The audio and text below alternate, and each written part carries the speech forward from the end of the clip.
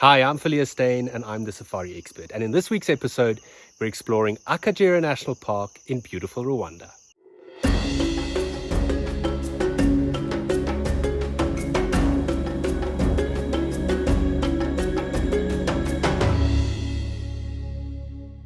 From Kigali, it's about a 3-hour drive to Ruzizi Tented Lodge, which is located in one of Rwanda's largest protected areas, Akagera National Park. Not only is it the only place in the country that you can spot all of the big five, but its habitats are also very diverse. The landscape consists of dense woodland, open savannas, rolling hills, papyrus swamps, and large lakes.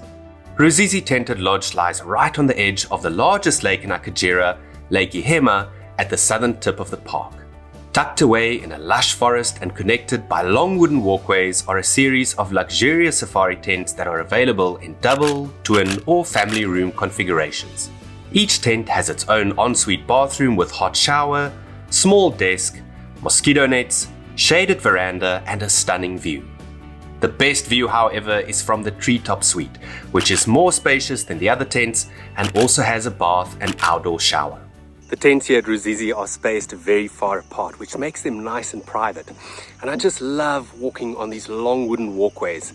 Not only have they got some information boards about the trees that grow in the area, but it's also a great opportunity to do some bird watching in these thickets along Lake Ihema. At the center of the lodge is a communal lounge and bar, a small shop next to reception, and an indoor dining area. And only a short walk away is a spa. But the heart of Ruzizi is a large wooden dining deck surrounded by colossal wild date palms overlooking the lake. This is where guests enjoy all of their meals and sundowner drinks. Here we were serenaded by hippos and African fish eagles while we watched hundreds of waterbirds fly overhead each morning and evening. But it's not only the privacy and breathtaking sunrises and sunsets that I like about Ruzizi. I also love the fact that it's an eco-lodge.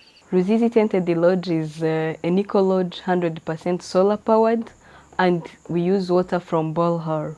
All of our tent has its own solar heater, which takes 30 seconds to 1 minute for hot water. And to serve water and juice, we use calaf to reduce single plastic use in the forest, and we recommend all the guests to bring their own bottles, which can be refilled anytime with mineral water for drinking.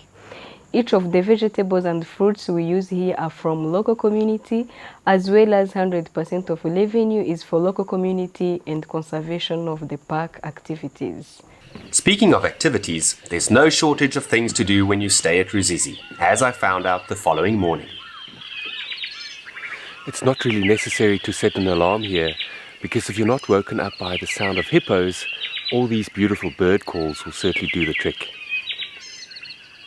After grabbing a fresh cup of coffee and enjoying a delicious breakfast on the deck, we were met by our guide, Justice, who gave us a quick orientation with the help of the Akagera map next to reception. And then it was time to hit the road.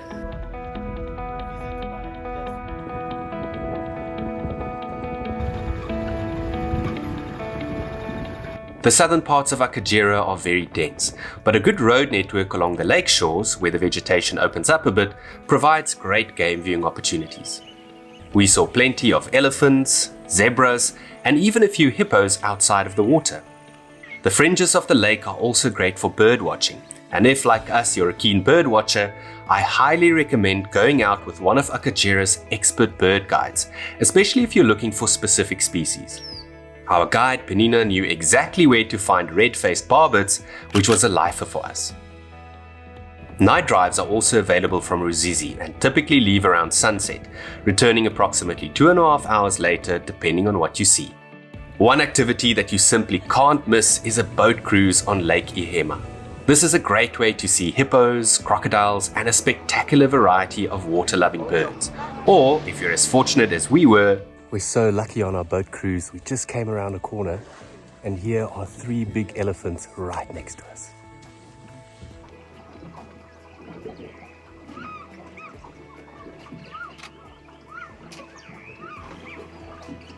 we also spotted a herd of Cape buffalo along the lakeshore and ended the outing by passing a noisy island nesting site where hundreds of cormorants, darters, and herons breed.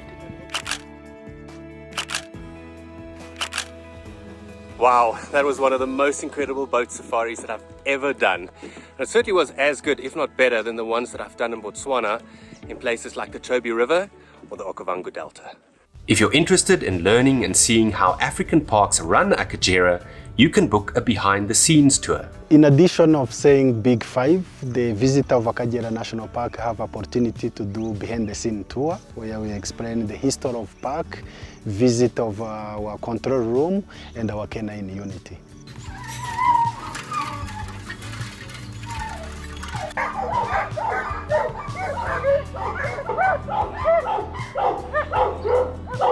This really is an incredible way to experience Akagera in a completely different way.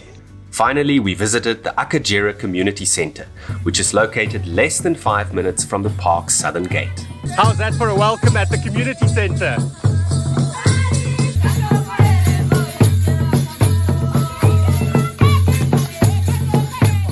Community guide Etienne Kutibaku gave us a tour of the facility where we learned more about the history of the park and its habitats in the Savannah Learning Centre, and walked through the community nursery where they not only grow their own mushrooms but also keep bees in traditional hives.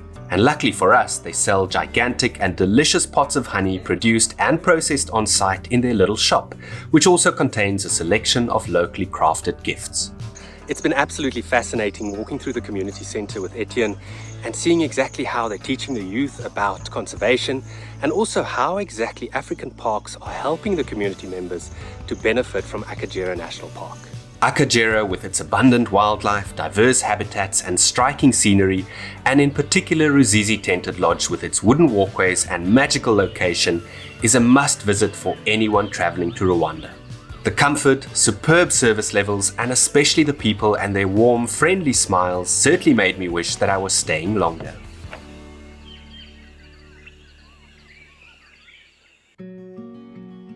From Ruzizi Tented Lodge, I headed for Karenge Bush Camp. Although it'll only take you 3 hours to get from Kigali to Akagera, realistically you'll need another 4 to 5 hours to drive from the southern entrance gate all the way to the northern tip of the park where Karenge is located, especially if you're looking for animals along the way.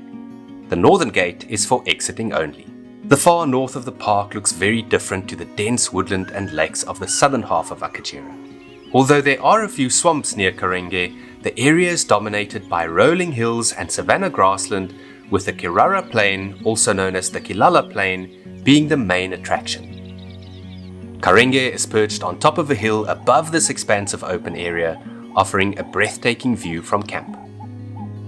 A communal reception in the middle of camp serves as the lounge, bar and dining area and leads down to a fire pit where guests gather before and after game drives. There's also an outside terrace for open-air dining.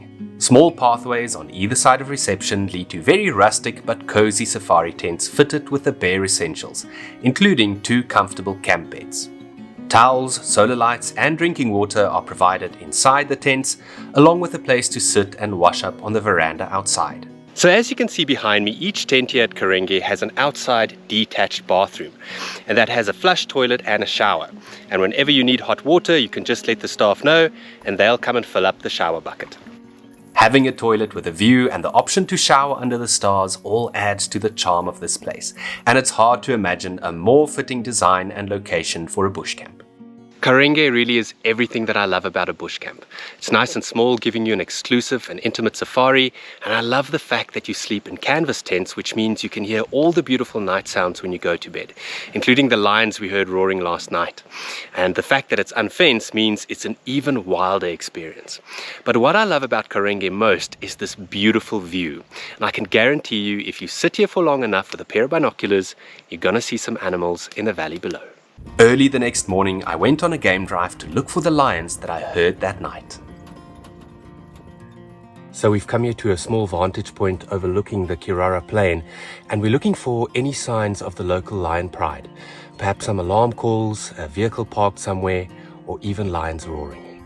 We searched all along the edge of the plain and stopped every now and again to listen, but the lions eluded us. My guide Isaac, however, assured me that this was the place to look for animals. The game viewing here around Karenge, we are just near the plain, big plain called Kirara Plain. So when we do a game drive very early in the morning, we get lucky to see many animals such as hyenas, leopards, lions. We can see rhinos, we can see elephant, giraffe, lots of antelopes, zebras, and many more animals. And many animals are exactly what we found.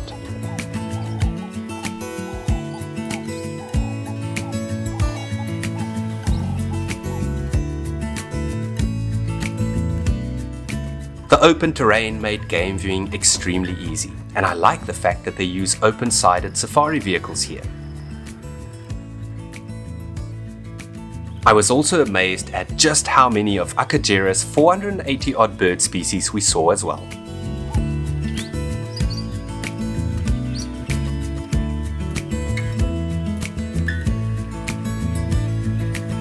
At some stage, Isaac spotted some fresh tracks in the road. This is the rhino tracks.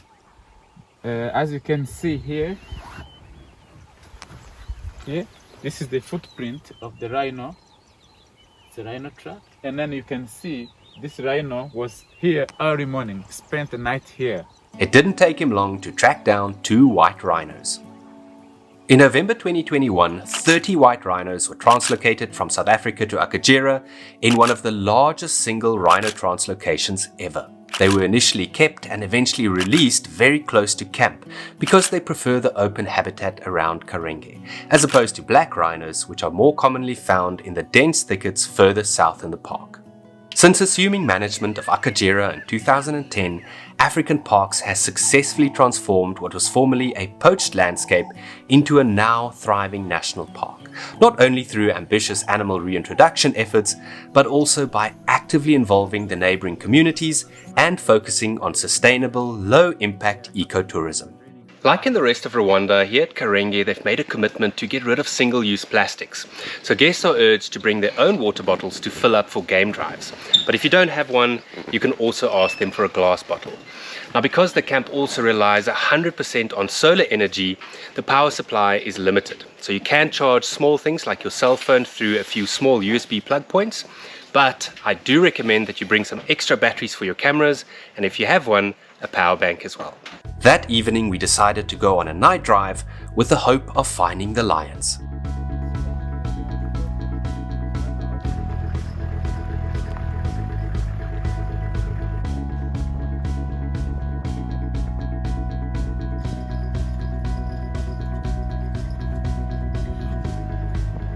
After driving right around the edge of the Kirara Plain, we finally found them.